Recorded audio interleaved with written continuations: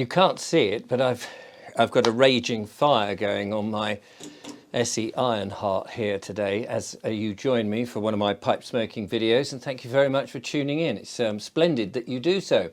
The spring is here. Well, it feels like spring. We've had some great days of sunshine. I'm not sure it's technically spring yet, but we are in March. And although the evenings are where we've had clear skies, certainly down on the south coast where I am, it gets cold in the evening. We've had some beautiful sunshine, and it is most rewarding to have that warmth coming back. It is actually, I find, the best part of the year in many ways, because you're coming out from the cold and the miserable and the damp, and then you're coming into the new. And it is, you know, spring is that sort of new rebirth of all good things. Talking of all good things, of course, I'm going to smoke my pipe, of course, because this is a pipe smoking video. I'm using this little Apple one. It's fast becoming my sort of little go-to favourite, really. I quite like small, delicate and simple. I do like, you know, a nice big pipe. But I think these are the ones that I sort of, you know, you can carry in your pocket, you can just whip it out, excuse the pun, and it just fits in the mouth. It hangs there nicely or grips there nicely. Now, I don't know whether I mentioned this before, probably to new people watching this, but I've only got one eye, and it's interesting when you've got one eye.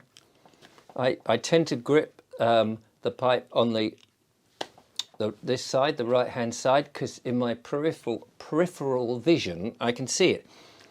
If it's on that side, I can barely see it at all. And it's a weird thing I've discovered. It's a weird thing. I like to see the smoke come out. Julia and I, my lovely partner, Julia and I went for a walk once, and unfortunately the wind was going that way. It wasn't much of a breeze, and I was smoking my pipe, but I couldn't even see the smoke. And it was like, is it going? I could taste it.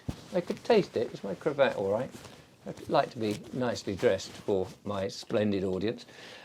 So that's what I'm going to smoke. Now, I am going to try something new, and a lot of people do these pipe reviews, tobacco reviews. I don't really do that. There's plenty of people who do it, and it's a funny old thing, isn't it, pipe tobacco reviews, because in a way, it doesn't really matter what the person doing it says. You don't know until you try it yourself. But it is useful. It gives you ideas of what's out there. Same with beer reviews or drink reviews or anything like that. It's the same sort of thing. It just gives you an idea of what's out there and makes you want to try it. And if they like it, you think, well, I'm getting an idea of what sort of tastes that particular person likes, so maybe I will like it. Now, I can't say that I remember if anybody's done this one that I've seen. I'm sure somebody has, of course. And today I'm going to smoke this one, which is Rattray's Macbeth pipe tobacco made by hand, it says, established in 1903. Now, you'll notice that there's a sort of lovely red bit down here. Well, of course, that hides the government health warnings. We don't need any of that rubbish, thank you very much, penetrating the brain. So I immediately do that when I get a new tin.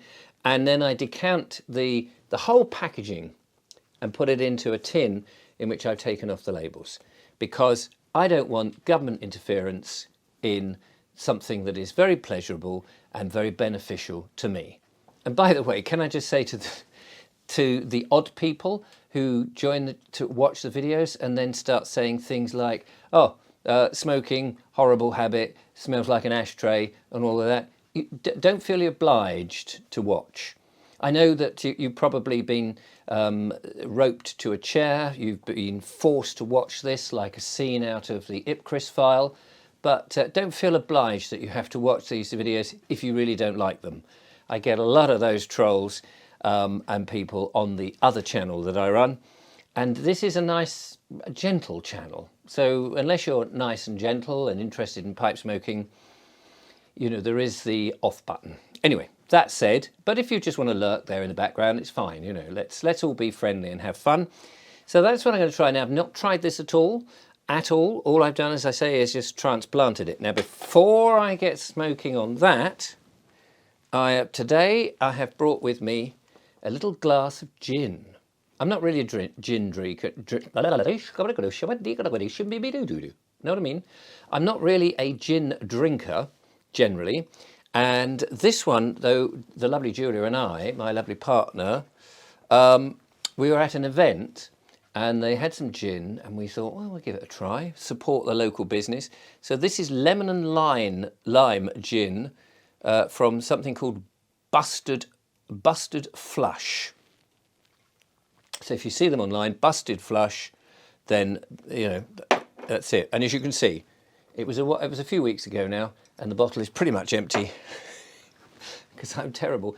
If I do buy a bottle of something like that, I might, in the evenings, just have one little glass. That's all. I don't get myself sloshed, so don't get carried away. And it's very nice at the end of the day, working on bits and pieces. It's very good. And, oh, that is lovely. I have it neat. I don't believe in putting unadulterated things like water or fizzy lemonade or soda or any of those other things into something that is taken time to nurture and create and what have you, like gin or whiskey or brandy. I'll have it neat, but I only have a small amount. Anyway, enough of that. Let's get on with the important part, which is trying out this tobacco.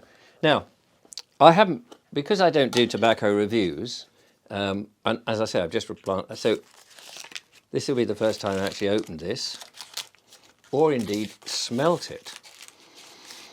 I haven't read anything about it, other than when I bought it, which was a couple of weeks ago. So I can't remember now what it was saying, but as you can see, it's obviously a ribbon cut of some description, and I need to. Well, I'll deal with that bit afterwards. I normally scrape that off, but I don't know what this. Anyway, it's called Macbeth, so I'm hoping that there's no knife in the back or anything like that. So I'm going to get this out. Some people have already got their tobacco going, which I often think is a good idea, but by the time I've set up the camera and the two lights that I use and make sure that the backdrop is reasonable in my little house, I haven't got time to sort of get the pipe going. I want to get it going on the video, so that's what I'm doing. Now, whilst I'm sorting this out, I wanted to also mention, I'd been writing my other book, which is slowly coming on. I've been thinking about my pipe book that I want to write. And a friend of mine was thinking about writing something, and he was inspired by me, and then he came up with a bit of an idea, and I said, oh, seeing as you're inspired by me, I'm inspired by you. And I thought, what I will do, at least this is the notion at the moment, is I'm going to perhaps make my fictional story about pipes, because I love fiction. It's funny, I like reading facts, but I also like reading fiction. But I like writing fiction. I couldn't write factual stuff because I'll get it all wrong. It wouldn't work. Not with me. So this is going to be a fictional, I think this is what it's going to be. I mean, this is what it's going to be at the moment. I may change all my mind when I try to write it, of course. It will be a fictional diary. A fictional diary, the diary of a pipe smoker. But it'll probably a sort of a year. Not every single day. I can't imagine, 365 entries might be a bit boring. But it would be the diary of a pipe smoker who perhaps at the beginning he either is given or finds or stumbles across or whatever it is, and we spoke about this before, it's either tobacco or it's a pipe, or he asks to look after a shop, or he finds somebody who's a pipe maker, or he repairs a pipe, or it's an heirloom, or it comes in the post mysteriously. It could be any number of different things, and I need to work that out. But on the 1st of January, whatever year we set this in, and I don't even know if it's going to be set in modern day, somehow along he gets into a pipe, I suppose, or the tobacco or something. And then it's his pipe diary. He keeps a pipe diary of the events of his life but they're all very much biased towards him and his smoking and his discovery of pipe smoking. Let's try this.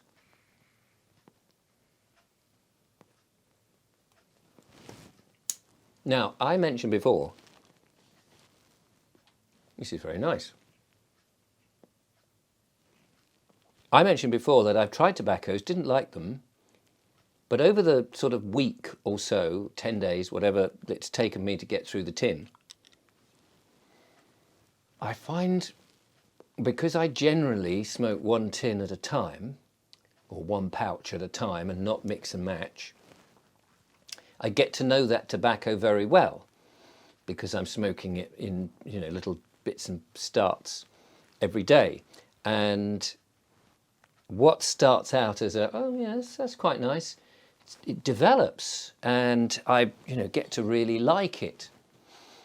And it's been an interesting way of smoking it. Now, whether my character in my fictional novel of a diary of a pipe smoker does that, or whether he chops and changes, and I don't know yet, because I'm not yet ready to make a start, but I'm just thinking, and I'll sort of start to make notes and of course do research. So I can tell you, first off, it seems to be very light, gentle smoke. It does look as if it's pretty much one type of tobacco, but I don't know. I'd have to do my research now and look it up. You probably know. And also, I don't want to give it all away. It's fun, isn't it, looking these things up? So rat rays, is it? Rat ray, Macbeth. Now, I was thinking it might be something rather, oh, crikey, that's strong. Oh dear, I'll sample that, you know, like a deep malt whiskey that you'd have once in a blue moon. This is very light. This is you could probably smoke this all day long. I do like a tobacco with a good nicotine hit, because I'm aware that nicotine is good for you and our bodies have special receptors for it. But you know, a lot of people are frightened of nicotine, only because of the bad publicity it's being given, like so many things. But anyway,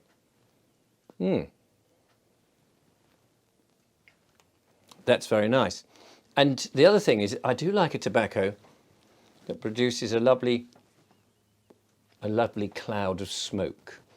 And of course, one has to sort of puff it into the atmosphere, leave the room for a bit, come back in once you've finished, and get a sense of the room note, as they say. And I do like that. Now, somebody has said, you know, it makes your house stink. Well, this is my house. I like the smell. It doesn't, unlike cigarettes, which whatever stuff they put in the cigarettes, it doesn't have that horrible stench that cigarette smoke has. Pipe smoke is a different sort of thing. It lingers, but in a nice way. And there's not enough pipe smokers in the world for people to make the sort of off-the-cuff judgment that they would about cigarette smokes. Now, I can tell you this is burning quite hot, so I want to have to be a bit careful. Probably need a bigger walled bowl. I think that's because it's a ribbon cut. I don't know. People can tell me, of course. I'm still learning all the time. Oh, stick another log on the fire, which I've got here to cook up my dinner. I'm recording this a Saturday before the Sunday that this goes out, only because I wanted to sit by the fire. It's a nice time to do it, and also I'm drinking my gin, which is also very pleasant, which is very nice. Tonight's casserole is yesterday's leftovers, which was a chicken casserole, and I should just bung some extra veg in there and reheat it. Very often my partner is here several days in the week, and we'll cook together and cook up something nice. And then on those evenings when I'm on my own, if I know I'm going to be on my own for, say, a couple of nights consecutively, I will cook up something very simple in the casserole dish so I can just heat it up, which is great. And today, very exciting day today for me. My logs arrived. And I think I mentioned I have a very friendly log chap who's only 3 miles away, and he delivers around the area. And he comes and we have a good old chin chat when he arrives, and deliver the logs. And I've been stacking them up, you know, getting them aired. I bring some in so that they just dry out just that little bit more. And it's great because your logs, you know, if you've got a stack of logs, anybody who's got a fire will know this, especially if you're burning them throughout the winter, is you're looking at it and you start to learn and gauge how many logs you've got left. And sometimes you count it down, you know, oh golly, I've got 5, I've got 10 days until my log delivery. Heaven forbid he doesn't turn up one day.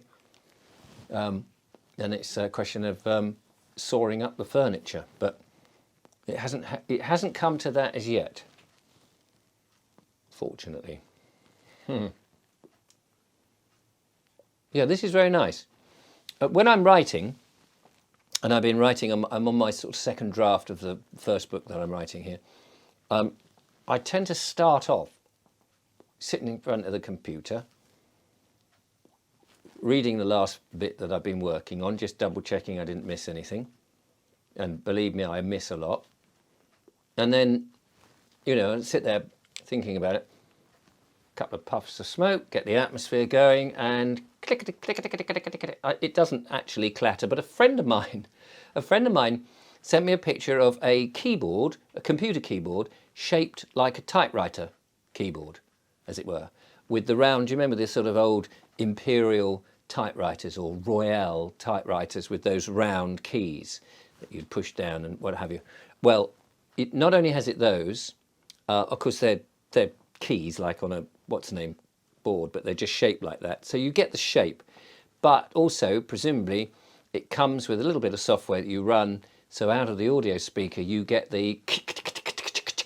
Now I don't know for sure because I didn't check with him, but I'm assuming that when you press the return you get ka-ching, you know, the carriage return sound, and obviously you can turn that off if you don't want it, but I thought I might have to get one of those because I'm somebody who likes the old way of doing things, and that obviously that's down to my age, of course, and as I'm maturing, one wants to hang on to some of those things from one's youth. And of course I wonder, what will people hang on to who are born around now in the future? Will they hang on to their smartphones? Will we even have smartphones? Will it be something different? I don't want to even conceive about anything that's implanted into the body, because all the harms that must do with the radiation of this stuff and all the data transfer. I mean, we know how much data is being captured here, there and everywhere, and you know, trying to be living privately without the state snooping into everything that you do is very difficult. It's very difficult. Someone told me that even on eBay now and Etsy, I think it is, that if you earn over £1,000 just selling stuff, you know, if you earn over £1,000, you've got to pay tax. So don't they get enough tax? We are taxed to the hilt. So, and also they take all your data all the time about every damn thing. And it's a worrying. I talk about this, of course, in my other channel, and my book that I'm writing currently, The Town That Wouldn't Comply, is very much about all the different things that the state seem to do, and this town that says, actually, do you know what, fed up with this, because so much of this has only happened really in the last 100 years. And it's interesting, I read a lot of books based in the 1920s and the 1930s, or before. And it's interesting, I was writing a children's book about the Second World War. So it was 1939 and war broke out, and it's on a farm in the Sussex Weald. And doing the research for that, even in 1939, so less than 100 years ago, electricity had not yet reached every house. And gas was, you know, touch and go in many houses, and even water, you know, places were still off well water. And if you think that's just, well, it's just sort of one person's life span, isn't it? Which is quite amazing to think. And now we become so reliant on all those things. And there's people out there paying exorbitant bills, like electricity bills and things. And we've come to the point where we're so reliant on these things. And yet, only a lifetime ago, none of that was available. And for, well, for centuries and centuries and centuries, you know, for millennia, people survived without all these things. Now we feel that we're so dependent on them. So some of that might be reflected in my pipe smoking book on the diary of a pipe smoker, because I think there's something very appealing about the old ways of living. There's something very, I mean, yes, romantic, of course, and we all look at these things with rose-tinted glasses, but also, rather than continually think that we're progressing, which I always say, well, what are we progressing to? Because the future doesn't look very good, and we're taking away people's rights and their privacy, and yes, we've made things so much easier that people don't have to do anything very much anymore for themselves. And that's why I like cutting the wood, getting ingredients raw from the farm shop, and doing things a bit longer way, because I get a sense that I'm actually living. I know that sounds barking mad, but I get the sense that I'm actually alive, because I like to take those responsibilities for myself. I don't need other people. Maybe when I'm a bit older, and sort of a doddery old, maybe I will then.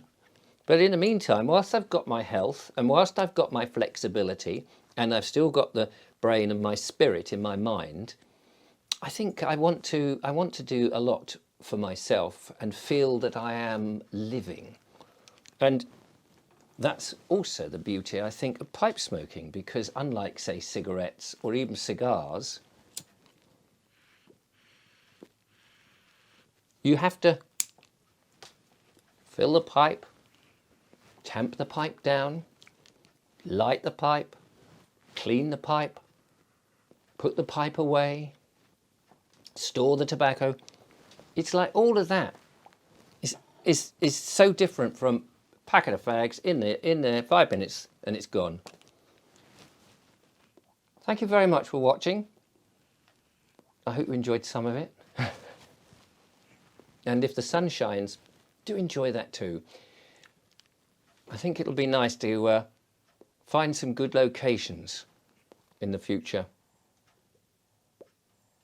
and bring the pipe smoking videos from there, but it depends where I am and what I'm doing. But anyway, thank you for watching. Nice to see you, or you to see me, I suppose, and I'll see you next time.